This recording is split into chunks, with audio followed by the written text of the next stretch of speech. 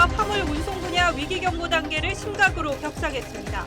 시멘트뿐 아니라 지하철 등으로 피해가 확산될 조짐이 감지되는 데 따른 것으로 정부와 화물연대 교섭은 2시간 만에 결렬됐습니다. 정부가 내일 화물연대에 대한 업무 개시 명령 안건을 심의합니다. 2003년 도입 이후 한 번도 발동된 적이 없어 집행엔 부담이 따를 것으로 보이는데 쟁점을 따져봤습니다. 유동규 전 본부장과 대질 조사를 요구하던 정진상 정무조정실장이 진술 거부권을 행사하기로 했습니다. 한국 축구대표팀이 오늘 밤 가나를 상대로 1승 사냥에 나섭니다. 좌우 측면 수비에서 약점을 드러내온 가나를 탄탄한 조직력으로 맞대응한다는 계획입니다. 중국에서 코로나 방역 정책 반대 시위가 이어졌습니다. 시민은 백지를 들고 침묵했습니다. 한동훈 장관이 자택을 찾아가는 장면을 생중계한 인터넷 언론 더 탐사에 대해 공동주거 침입 등의 혐의로 경찰에 고발하고 정치 깡패 역할을 하고 있다고 강하게 비판했습니다. 정부가 한국형 나사인 우주청을 설립하기로 했습니다. 2032년에는 달에 착륙한다는 계획도 세웠습니다.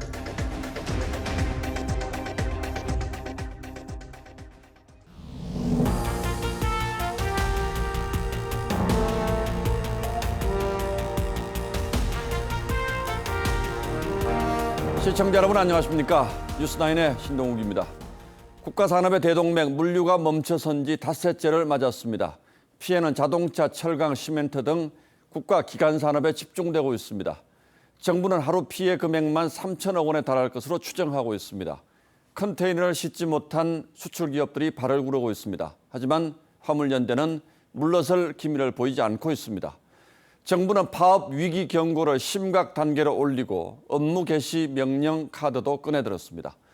정부와 화물연대가 오늘 처음으로 협상 테이블에 앉았다고 하는데 그 결과부터 먼저 확인해 보겠습니다. 김연아 기자가 취재했습니다.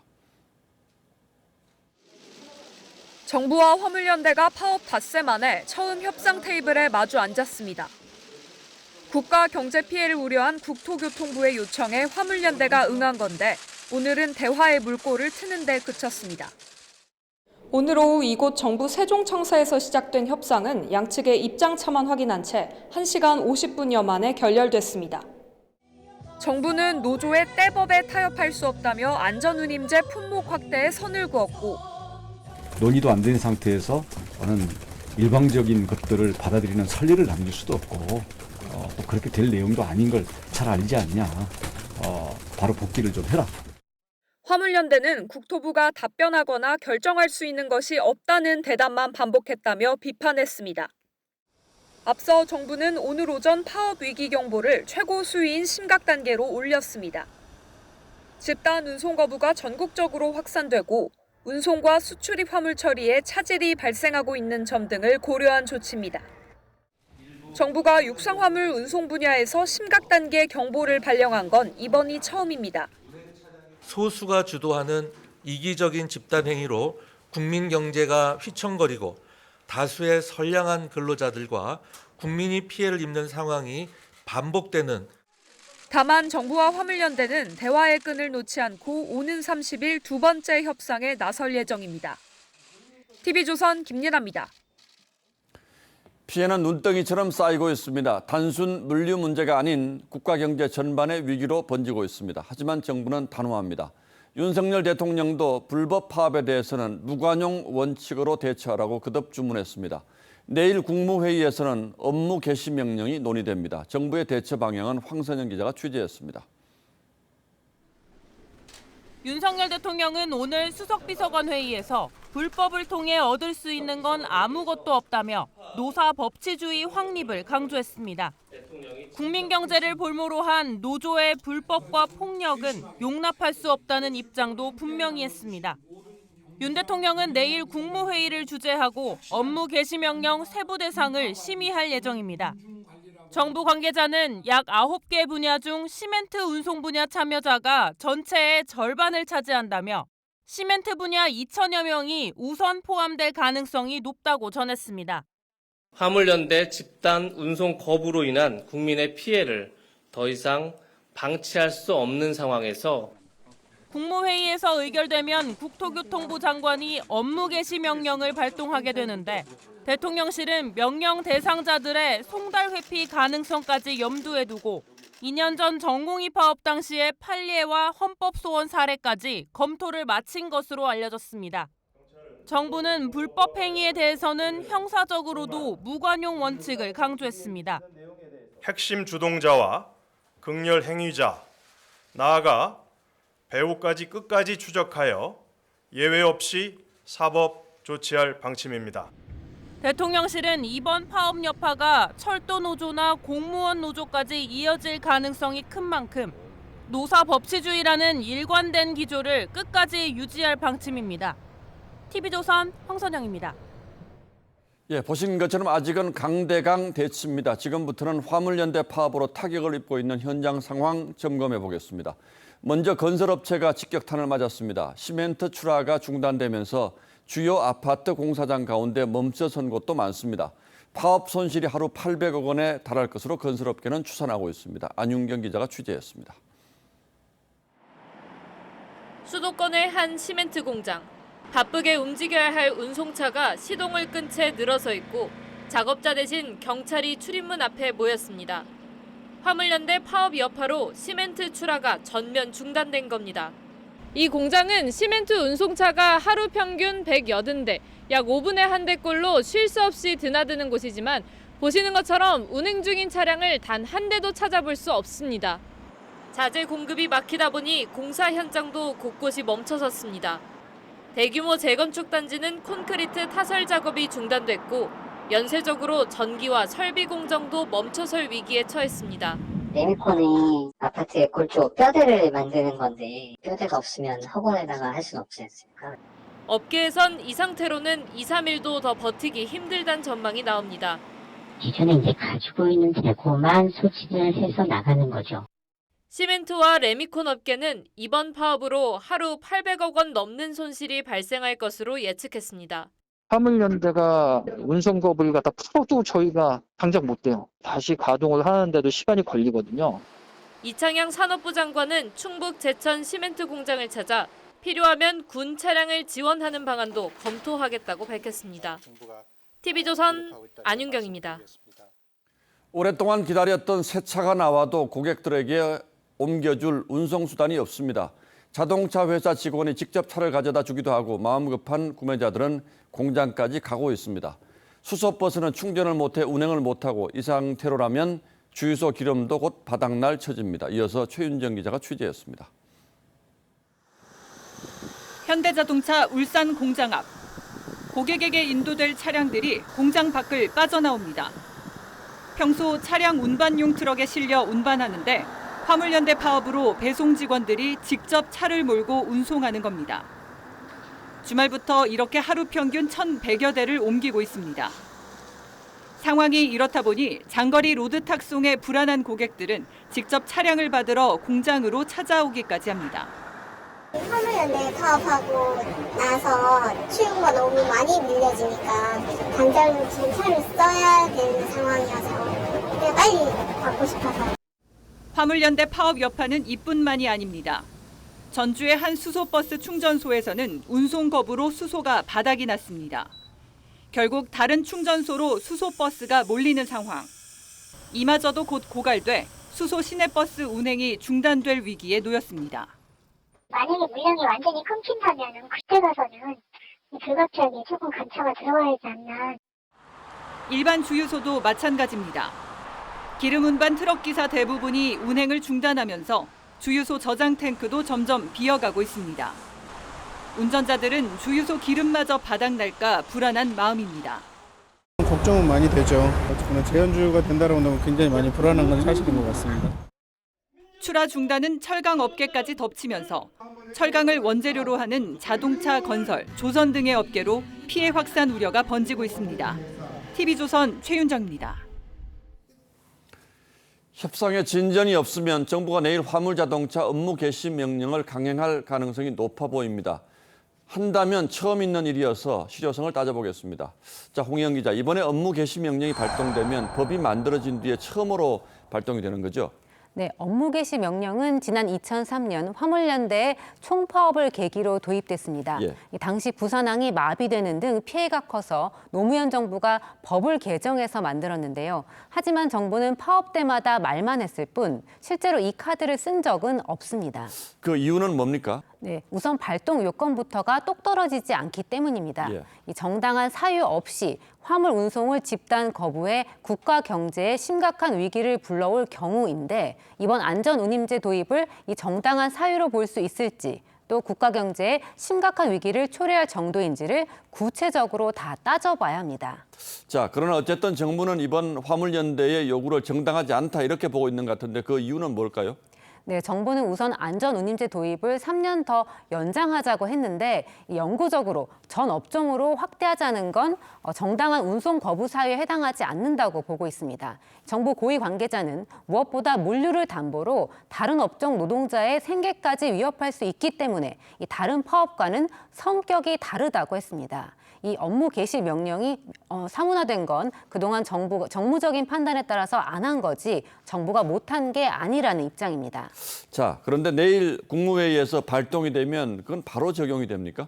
네, 업무 개시 명령을 집행하려면 이 주소지로 명령서를 보내서 당사자나 가족이 받아야 효력이 발생합니다. 명령서를 안 받으면 효력이 발생하지 않기 때문에 지난 2020년 전공의 파업 당시에는 이를 이용해서 휴대전화를 끄는 방식 등으로 이 송달을 회피하는 방법을 쓰기도 했습니다.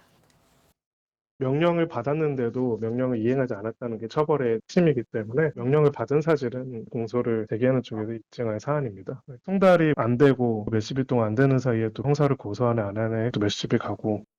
정부는 이번에는 이 같은 송달 회피를 비롯한 모든 상황을 대비하고 있다고 설명했습니다. 정당한 이유 없이 업무 개시 명령에 따르지 않으면 3년 이하의 징역 또는 3천만 원 이하의 벌금에 처해질 수 있습니다. 실무적으로는 이 명령서를 받았는지를 입증하는 문제 이게 제일 중요하겠군요. 그래서 앞으로도 법적으로나 실무적으로도 논란이 계속되겠는데요. 네, 윤석열 대통령은 노사 법치주의를 강조하고 있는데요. 이 화물연대도 업무 개시 명령을 발동하면 파업 강도를 더 높이겠다는 입장입니다. 전문가들은 이런 강대 강의 구도가 사태의 조속한 해결에는 도움이 되지 않는다고 지적합니다. 이번 사태를 강압적으로 누른다 해서 또 빨리 화물연대가 파업을 하지 말라는 법이 없는 거잖아요. 좀 더 근원적인 해결책을 찾는 노력을 한편으로 하면서 노동조합의 지나친 파업 붕괴 행위는 좀 자제토록 하는 노력이 필요하다. 예, 뭐 지금은 양측이 강대강으로 아주 격렬하게 맞붙어 있는 상황인데 경제가 걱정이긴 하군요. 예, 홍영 기자 잘 들었습니다.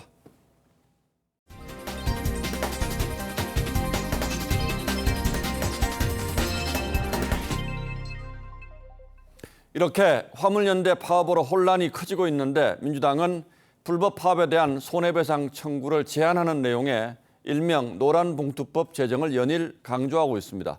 이재명 대표는 노란봉투법에 반대하는 여론이 많으니 합법파업 보장법으로 이름을 바꿔 추진하자고까지 했고 여당은 민주당이 불법 파업을 조장하고 있다고 비판했습니다. 보도에 정민진 기자입니다.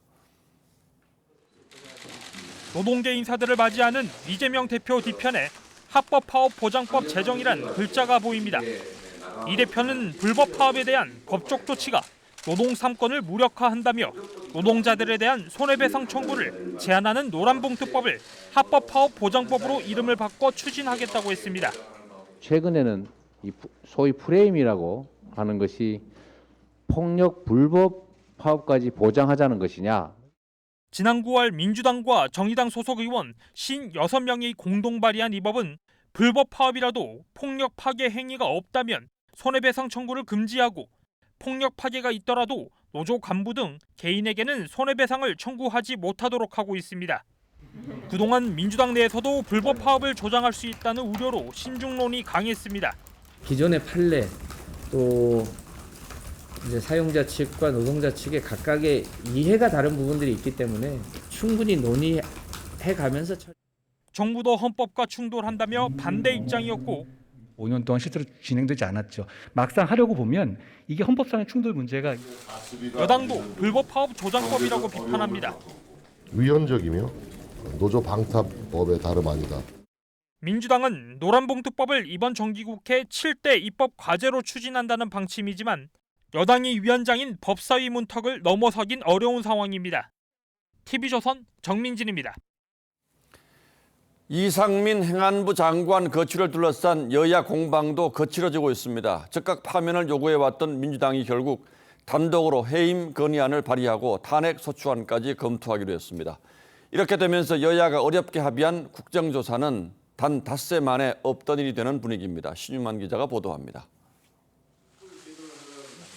오늘까지 이상민 장관을 파면하라는 요구가 수용되지 않자 민주당은 이 장관에 대한 해임 건의안을 발의하기로 했습니다.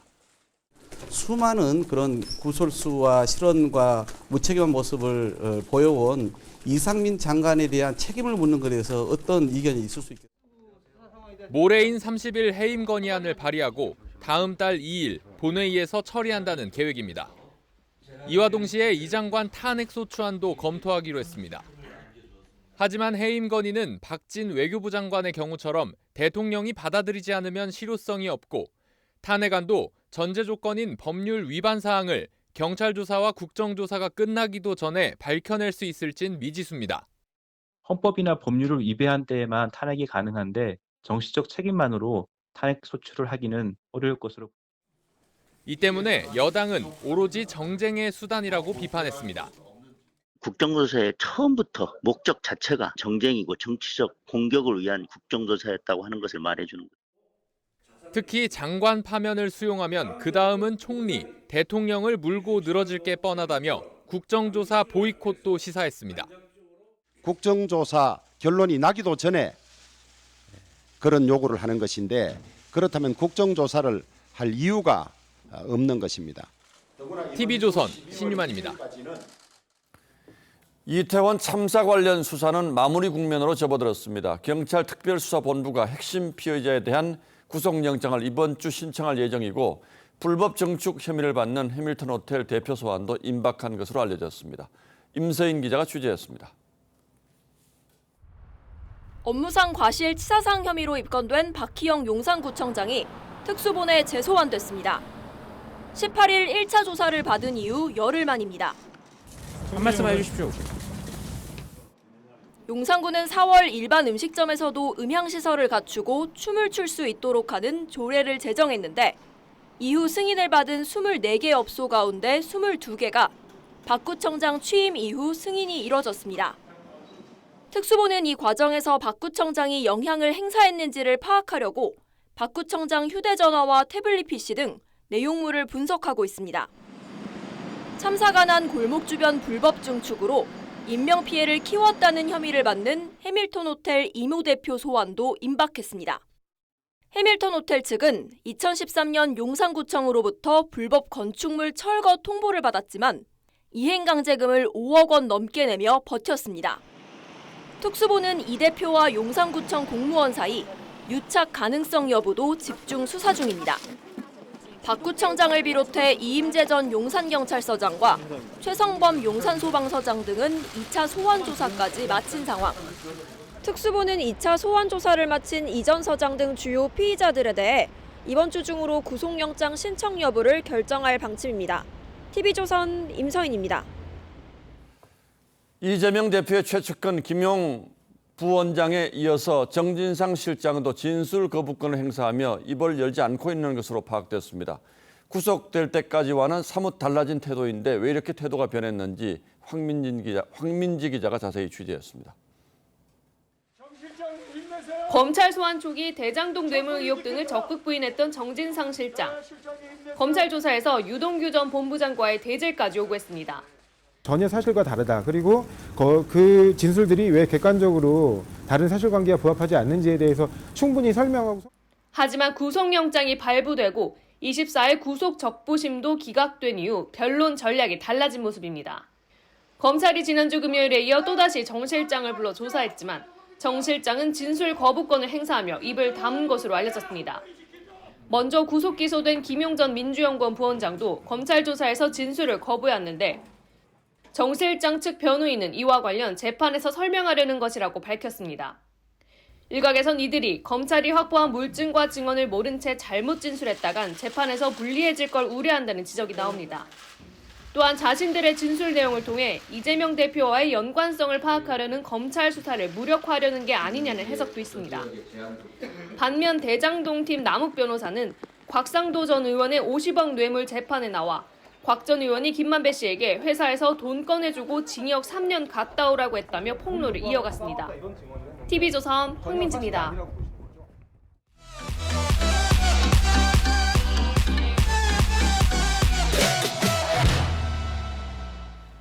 16강 진출의 분수령 대한민국과 가나의 대결이 잠시 후 시작됩니다. 가장 관심은 종아리 근육 부상을 당한 우리 수비의 핵 김민재의 출전 여부였죠. 선발 출전이 결정됐습니다. 카타르 현지 연결합니다. 자, 이다솜 기자, 반가운 소식이 전해졌죠.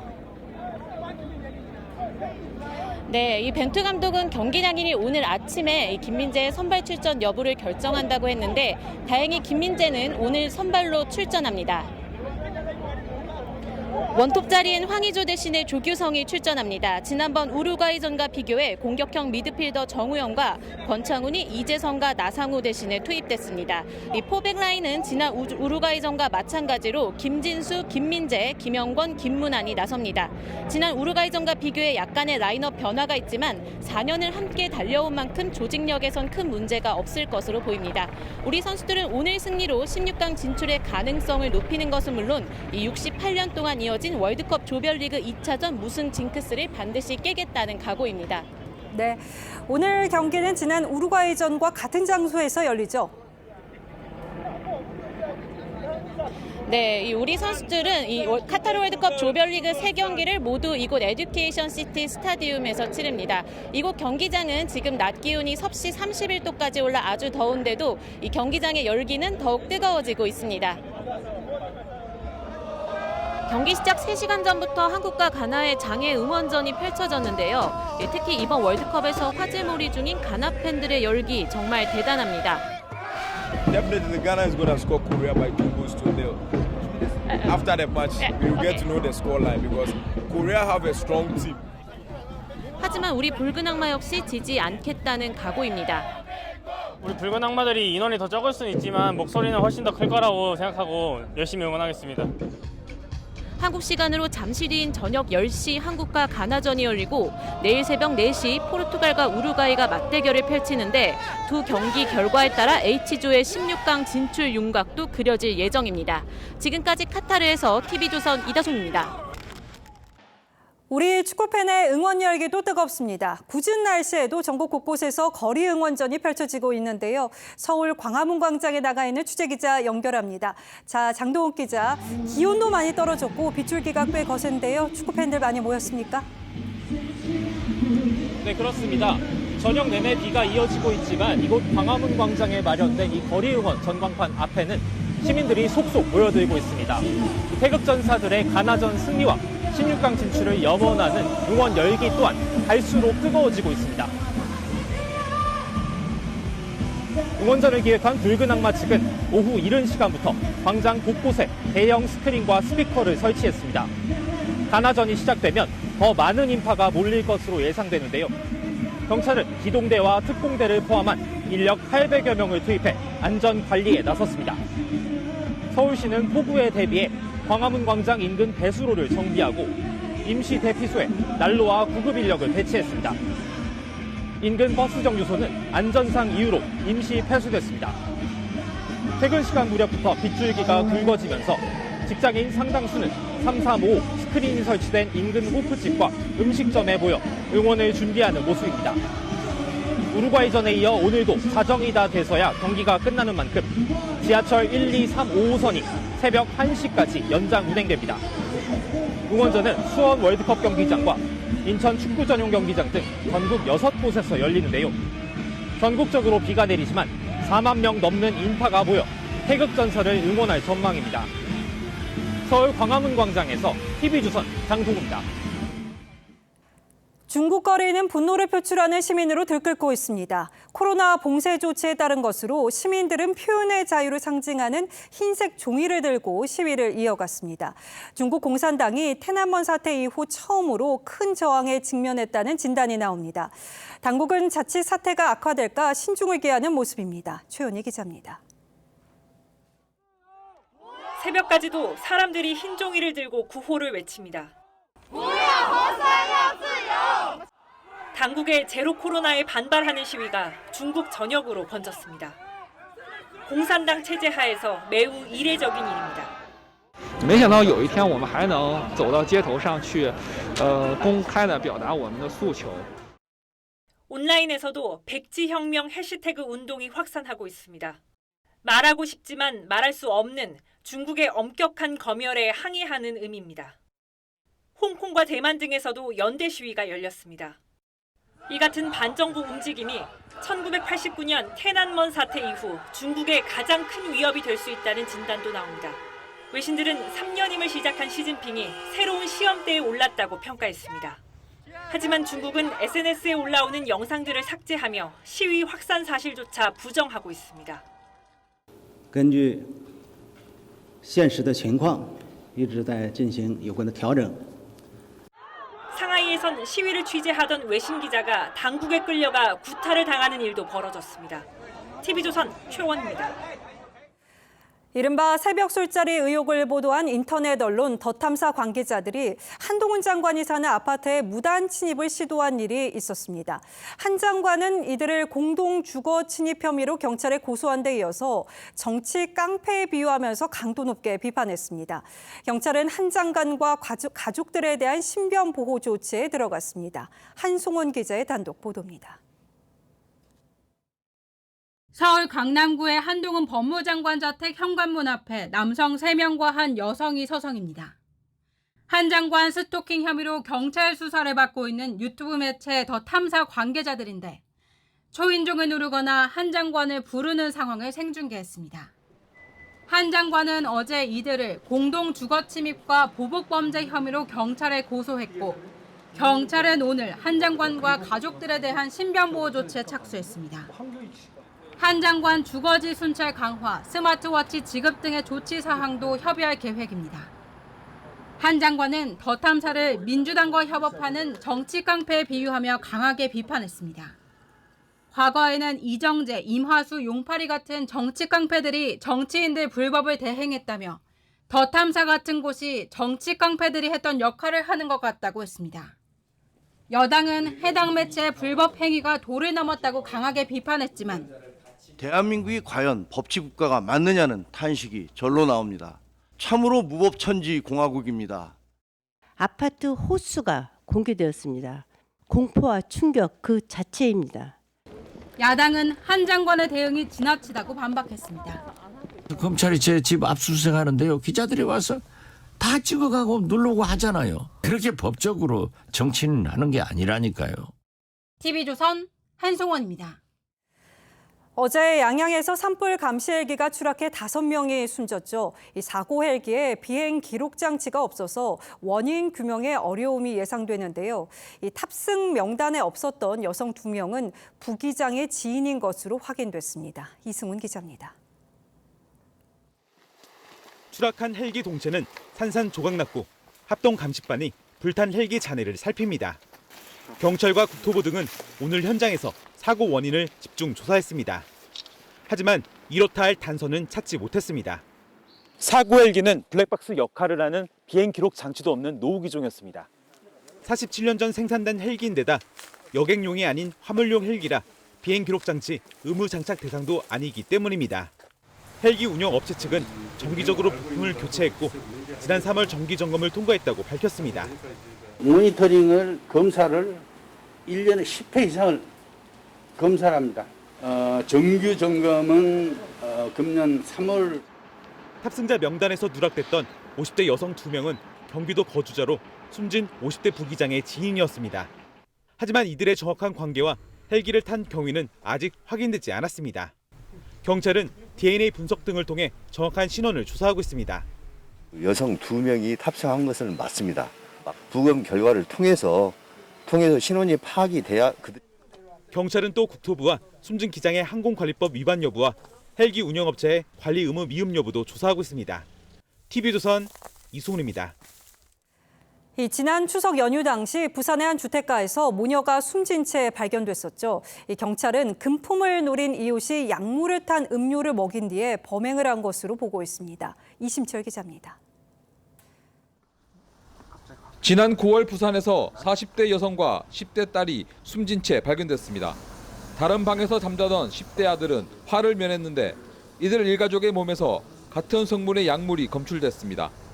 경찰 조사 결과 50대 이웃 여성 A씨는 사건 당일 평소 친분이 있던 모녀 일가족의 집을 방문해 음료를 건넨 것으로 드러났습니다. 경찰은 A씨가 이 음료에 미리 약물을 섞은 뒤 정신이 혼미해진 모녀를 살해하고 600만 원에 이르는 귀금속을 빼앗은 것으로 보고 있습니다. 정신을 잃게 되면서 금품을 훔치려고 한 그 과정에서 이번 사건이 발생한 것으로 우리가 추정하고 있습니다.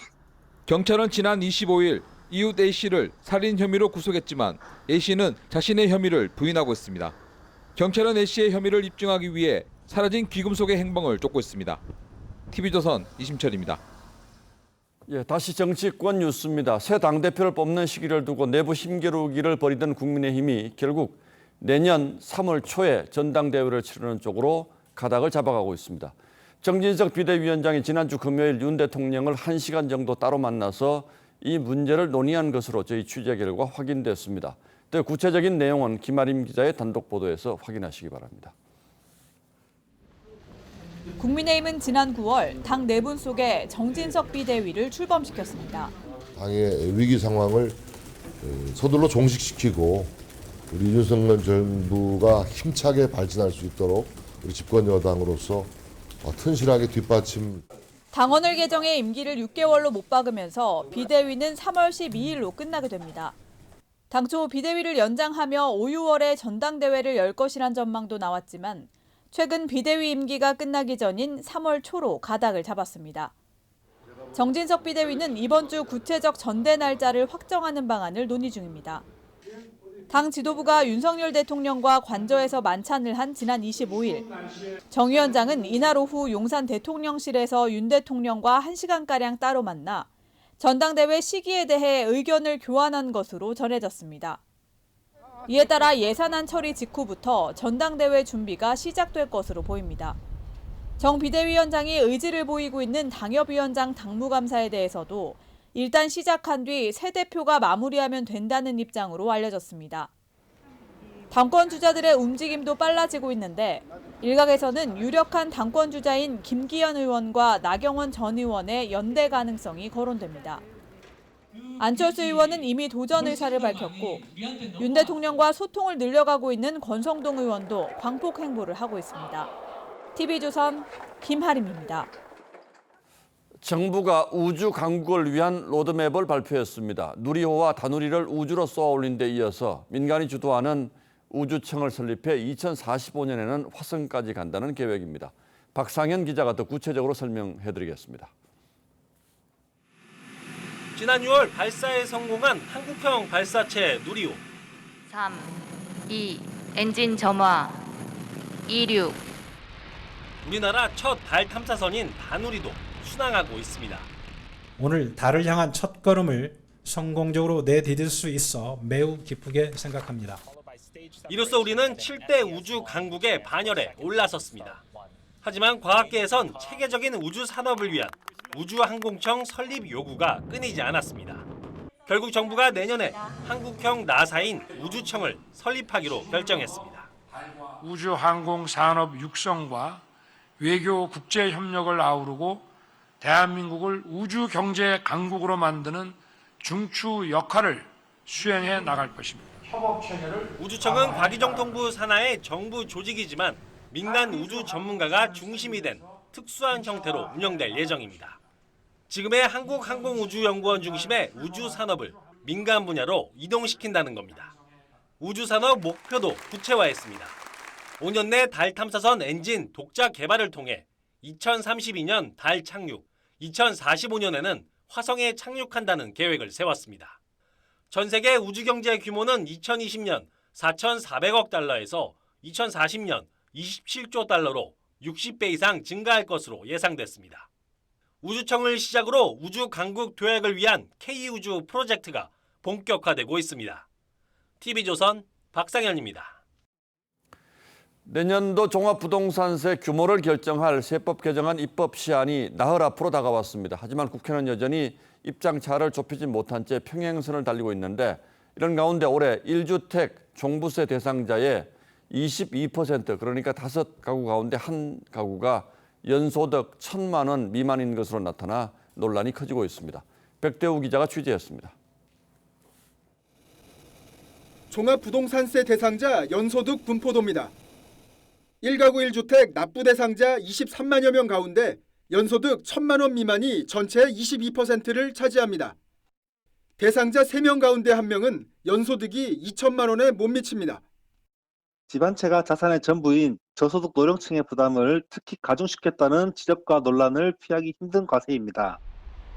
정부는 내년이라도 국민 부담을 줄여야 한다며 종부세 기본 공제 금액을 6억 원에서 9억 원으로 올리고 다주택자 중과 조항을 없애는 개정안을 마련해 국회에 처리를 요청했습니다.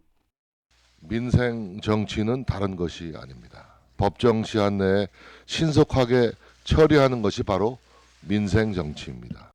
반면 민주당은 부자 감세라며 기본 공제금과 중과 조항은 놔두고 종부세 적용 기준만 11억 원으로 상향시키자고 맞서고 있습니다. 초부자 감세 이런 예산에 대해서 동의할 수 없습니다. 필요하다면 우리가 가진 권한을 행사해서 여야가 평행선을 달리는 사이 개정 시한은 나흘 앞으로 다가온 상황. 과세 형평 논란에 이어 막판 졸속 처리 가능성까지 결국 피해는 국민에게 돌아올 거란 우려가 커지고 있습니다. TV조선 백대우입니다. 유튜브 잘 안 보시는 분들도 내노라 하는 유튜버들은 다 소속되어 있는 스타트업 샌드박스는 들어보셨을 겁니다. 샌드박스가 인력 감축에 들어갑니다. 경기 침체와 자금난을 버텨내지 못하는 건데 생존이 지상 과제가 되고 있습니다. 이유경 기자입니다. 국내에서 가장 많은 450여 명의 유튜버가 소속된 스타트업 샌드박스 네트워크가 구조조정에 들어갔습니다. 샌드박스 네트워크는 e스포츠 대회 운영 사업을 종료하고 커머스 부분은 매각하겠다고 밝혔습니다. 업계 1등인데도 투자 유치에 실패해 일부 직원에게는 권고사직까지 통보하는 등 비상 경영에 나선 겁니다. 이뿐 아니라 국내 1위 배달대행 플랫폼 부릉 운영사도 자금난으로 법정 관리를 신청했고 수산물 당일 배송 서비스 오늘회 운영사도 서비스를 중단했다 일부 서비스만 재개했습니다. 불황으로 투자 심리가 위축되면서 스타트업으로 흘러가는 자금이 막히자 유명 스타트업들도 버티지 못하는 겁니다. 이 투자 심리가 언제 풀릴지 지금 가늠이 안 돼가지고 어디 기댈 데가 없는데 생존이 최우선 과제가 될 것 같아요. 실제로 올해 3분기 벤처 투자 규모는 1조 2,525억 원. 지난해 같은 기간보다 40% 급감했는데 내년은 올해보다 더 나빠질 것이라는 전망이 나옵니다. 상고 현상과 투자 심리 위축 현상으로 스타트업 생태계에 유입되는 자금이 크게 줄어들 가능성이 높습니다. 출혈 경쟁으로 적자를 내면서도 몸집을 불렸던 스타트업들. 전 세계 경기 침체로 돈줄이 마르면서 혹독한 겨울을 맞고 있습니다. TV조선 이유경입니다. 레고랜드 사태로 촉발된 자금 경색이 좀처럼 풀리지 않자 정부가 추가 대책을 내놨습니다. 국고채를 덜 찍어서 시중에 자금을 남겨두고 은행들이 대출을 늘릴 수 있도록 해서 연말 돈맥 경화 차단에 총력을 다하겠다는 겁니다. 송무빈 기자입니다. 지난 25일 기준 기업 어음 금리는 5.58%. 13년 10개월 만에 최고 수준입니다. 기업의 자금 조달이 그만큼 어렵다는 뜻입니다. 여기에 자금이 은행 예금에 쏠리는 영머니 무브가 가속화하는 등 금융시장 변동성이 커지자 정부가 총력 대응에 나섰습니다. 먼저 채권시장 안정펀드에 출자하는 금융기관에 5조 원의 유동성을 수혈합니다. 이 가운데 절반인 2조 5천억 원은 한국은행이 보탭니다. 연말 자금 사정 같은 걸 고려해서 사전적으로 대비하는 것. 이창용 한국은행 총재는 이번에 공급되는 유동성은 곧바로 흡수되는 방식으로 긴축 기조를 이어온 그간의 통화 정책과 상충되지 않는다는 점을 분명히 했습니다. 정부는 또 부동산 PF 보증 규모를 5조 원 늘리고 미분양 PF 대출 보증을 5조 원 규모로 신설해 당초 계획보다 한 달 앞당겨 가동할 방침입니다. 내년 말까지 공급하는 PF 보증 규모는 모두 15조 원. 단기 자금 시장 중심으로 여전히 어려움이 남아있고 금리 인상에 따른 은행권으로의 자금 이동 등 채권 시장 부담을 줄이기 위해 12월 국고채와 공공기관의 채권 발행도 대폭 축소합니다. 기업의 그 자금 사정에는 조금 도움이 될 수 있다 이렇게 볼 수가 있는데 경기 침체가 더 심화되면은 그 기업 부실이 더 늘어날 수가 있고 내년도는 더 좀 상황이 좀 어려워지죠. 이번 대책으로 자금 경색에 일단 숨통은 트이겠지만 시장 불안을 잠재우기까지는 상당한 시간이 걸릴 전망입니다. TV조선 송무빈입니다. 피아니스트 임윤찬이 방클라 앨범 콩쿠르 우승 이후 첫 앨범을 발매했습니다.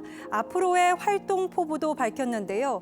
여전히 임윤찬은 대중에게 어떤 음악을 들려줄지가 관심이었습니다. 박수윤 기자가 다녀왔습니다. 카탈루냐 작곡가 페데리코 몬포우의 정원의 소녀들. 임윤찬이 발매한 실황 앨범에 포함된 곡입니다. 지난 10월 광주시향과의 공연을 녹음한 앨범으로 베토벤 피아노 협주곡 5번 황제와 윤희상의 광주여 영원히 등이 담겼습니다. 임윤찬은 팬데믹이라는 위기를 겪으면서 화려한 곡이라고만 생각했던 베토벤의 황제에 대한 인식이 완전히 바뀌었다고 털어놨습니다. 자유롭고 화려하고 이런 곡이 아니라 사실은 베토벤이 자기가 꿈꾸는 어떤 유토피아. 공연 실황 앨범을 첫 앨범으로 선택한 데 대해선 스튜디오 음악이 이를 수밖에 없는 숱한 가능성에 대해 언급했습니다. 스튜디오 레코딩은 정말 누가 치는지 모를 정도로 무난한 연주가 나올 수 있기 때문에 공연 매진 행렬에 추천도서 판매량까지 급증하는 등 명실상부 최고의 스타로 자리 잡았지만 콩쿠르 우승은 대단한 업적이 아니라고 말하는 임윤찬. 피아니스트로서 그의 포부는 음악을 쉽게 접할 수 없는 이들에게 자신의 연주로 또 다른 우주를 열어주는 것입니다.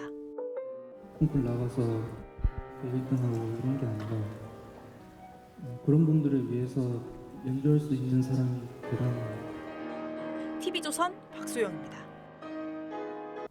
제16회 차범석 희곡상 장막 희곡 부문 시상식에서 김민정 작가의 산을 옮기는 사람들이 수상의 영예를 안았습니다. 환경과 개발, 현실과 이상의 문제를 다룬 이 작품은 옳고 그름의 대결이 아닌 두 종류의 어리석음을 동시에 들여다봄으로써 뻔한 결론에 이르지 않았다는 평을 받았습니다. 장막 희곡과 뮤지컬 극본을 심사하는 차범석 희곡상은 올해 뮤지컬 부문 수상작을 내지 못했습니다.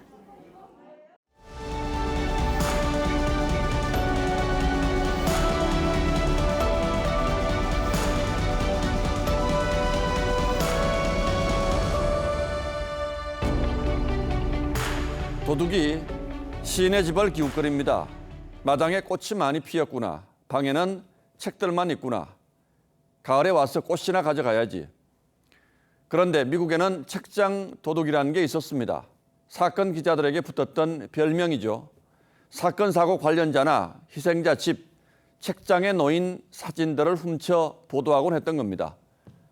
우리도 비슷해서 제가 기자 천년병 시절 선배가 사진을 앨범째 들고 뛰었다는 일화를 들은 적이 있습니다.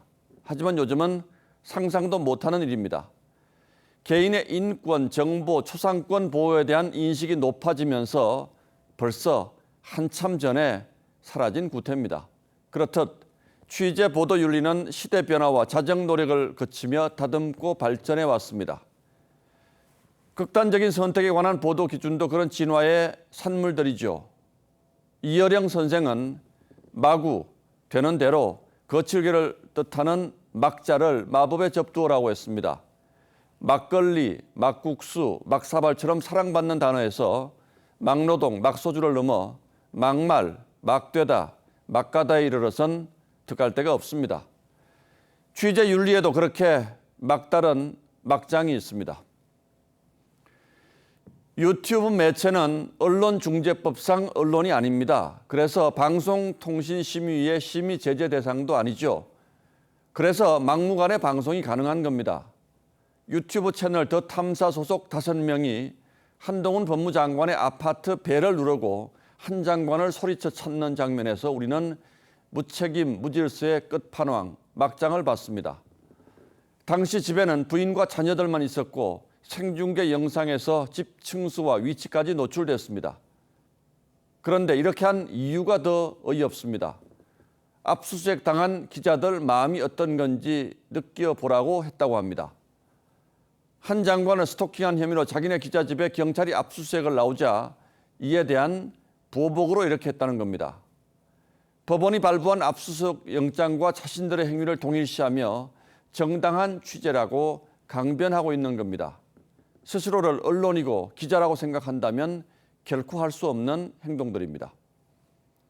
이 매체는 김의겸 민주당 대변인과 협업해서 청담동 술자리 의혹을 터뜨렸습니다. 경찰 수사로 거짓말이 드러났지만 아직도 사과는커녕 정정 보도조차 하지 않고 있습니다. 이태원 희생자 명단을 마음대로 공개해 언론 노조로부터 심각한 보도윤리 불감증이라는 얘기도 들었습니다. 얼마 전에 내건 직원 채용 공고엔 윤, 한 등이 때려 죽여도 싫으신 분이라는 조건까지 내걸었습니다. 스스로 가짜 언론임을 자백한 것이나 다름없습니다. 그들은 비판이 쏟아지자 제발 기소해달라고 했습니다. 이 대목에 이르면 그들이 원하는 게 무엇인지가 선명해집니다.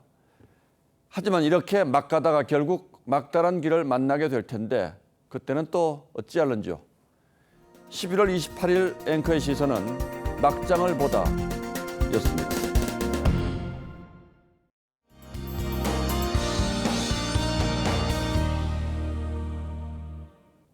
전국 대부분 지역에 비가 내리고 있습니다. 그중 비가 집중되는 곳은 경기와 강원 지역이고요. 밤사이에는 그 밖의 지역에서도 비가 강해지겠습니다. 거리 응원 나가신 분들, 그리고 밤사이 비 피해 없도록 조심하셔야겠습니다. 이 비는 내일 아침까지 이어지겠는데요. 강수량은 중부와 남해안 지역이 최고 70mm, 그 밖의 지역은 최고 50mm가 되겠습니다. 비가 그친 뒤에도 바람은 강한 수준을 유지하겠습니다. 해안가에서는 더 주의하셔야겠고요. 바다의 물결도 최고 5m까지 일겠습니다. 추운 날씨에도 대비하셔야겠습니다. 오늘보다 5도에서 10도가량 기온이 떨어지겠는데요. 내일 낮 기온은 인천과 서울이 8도를 보이겠고요. 이후에는 본격적인 겨울 추위가 시작되겠습니다. 수요일과 목요일에는 서울이 영하 8도 안팎까지 떨어지겠습니다. 날씨였습니다. 11월 28일 월요일 뉴스9은 여기서 모두 마치겠습니다. 시청해주신 여러분 고맙습니다.